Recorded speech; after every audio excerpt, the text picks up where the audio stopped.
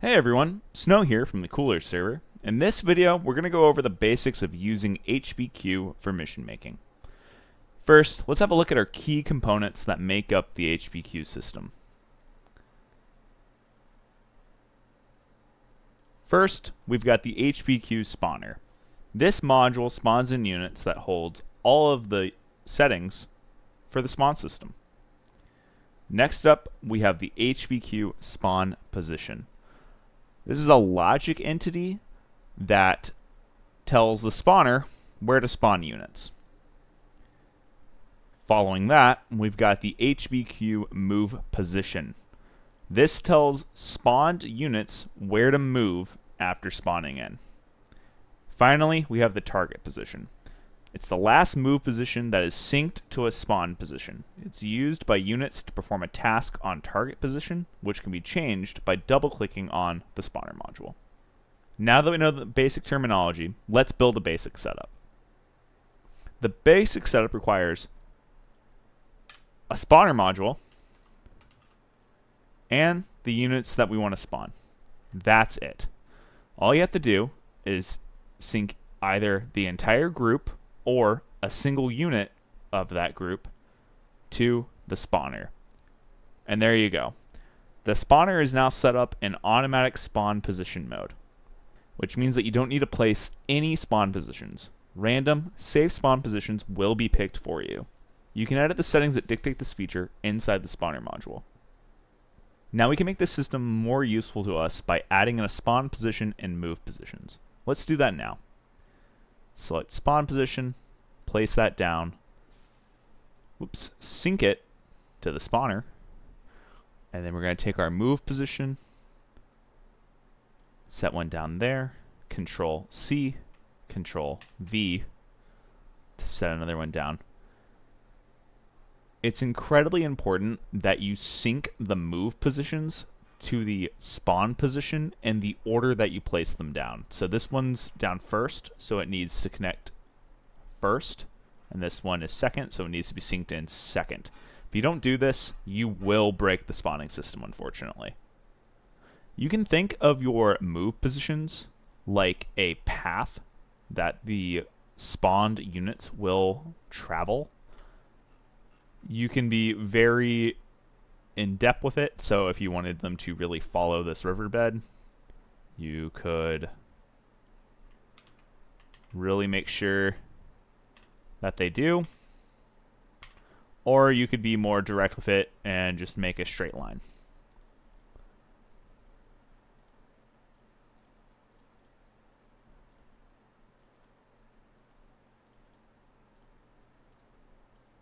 You can spawn multiple units off of one spawner.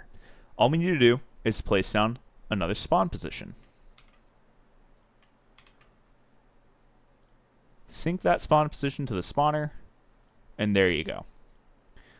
Another really neat thing that you can do is set up complex branching paths. Let's say I want the units that spawn here to assault my blue 4 units that are in this village here. Well, they could either go directly in, or they can go through the forest to assault. Let's set up move positions that let the AI choose which way to go.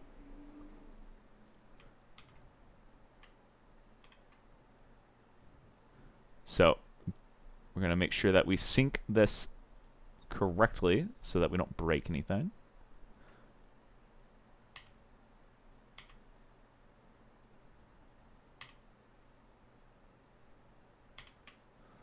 All right.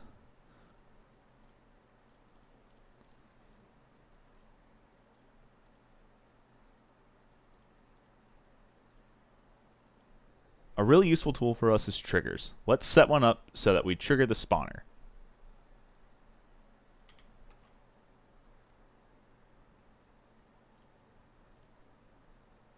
All we have to do is sync it to the spawner and set the activation. Let's make it so that any player triggers this spawner. Now, all we need to do is set some task on target positions. Let's have these units assault this blue 4 position. All I'm going to do is go into my HBQ spawner by double-clicking and scroll down till I get to task on target position. Now there's a ton of options here, and we're not going to go through all of them, but real quick, I'm going to go to engage. I'm going to tell them to randomly attack, so they will take any of these options basically. And then I'm going to set my lamb's danger task to assault. All right, let's see this play out. All right, let's see this play out. I'm going to trip the trigger. Go into Zeus. Now we get an alert saying that one of our spawners has started. And real quick, we're just going to do this so that we can see this a little bit better.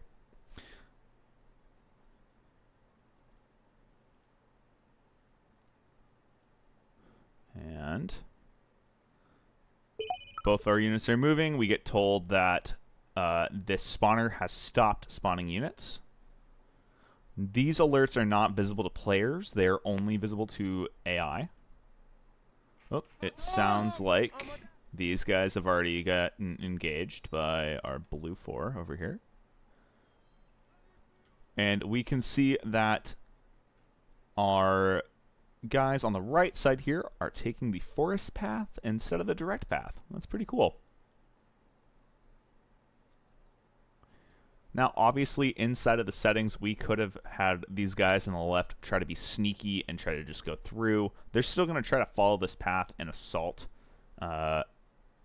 this compound, but they're also under fire, or they think they are at least. So they're going to move all cautious-like. And these guys are moving as quickly as they can to assault.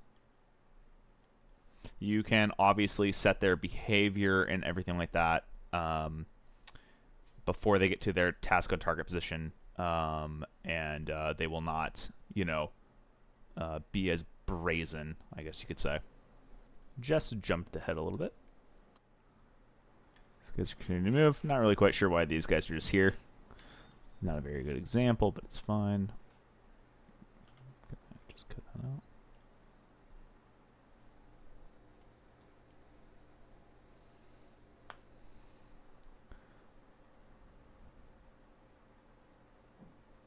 So as you can see, these guys have all moved in. They're now moving on their target position, which is pretty great. And the assault is about to truly commence here. And hopefully we start getting some firefight happening soon. Yeah, these guys are moving in. They're assaulting.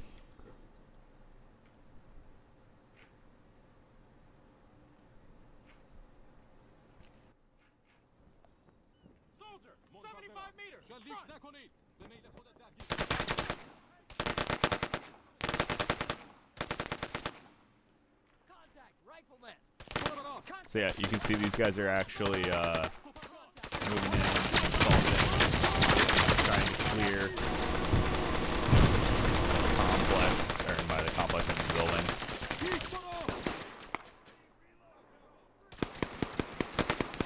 So yeah, this is just a pretty quick example of how HBQ can be used, and how it's a very powerful tool.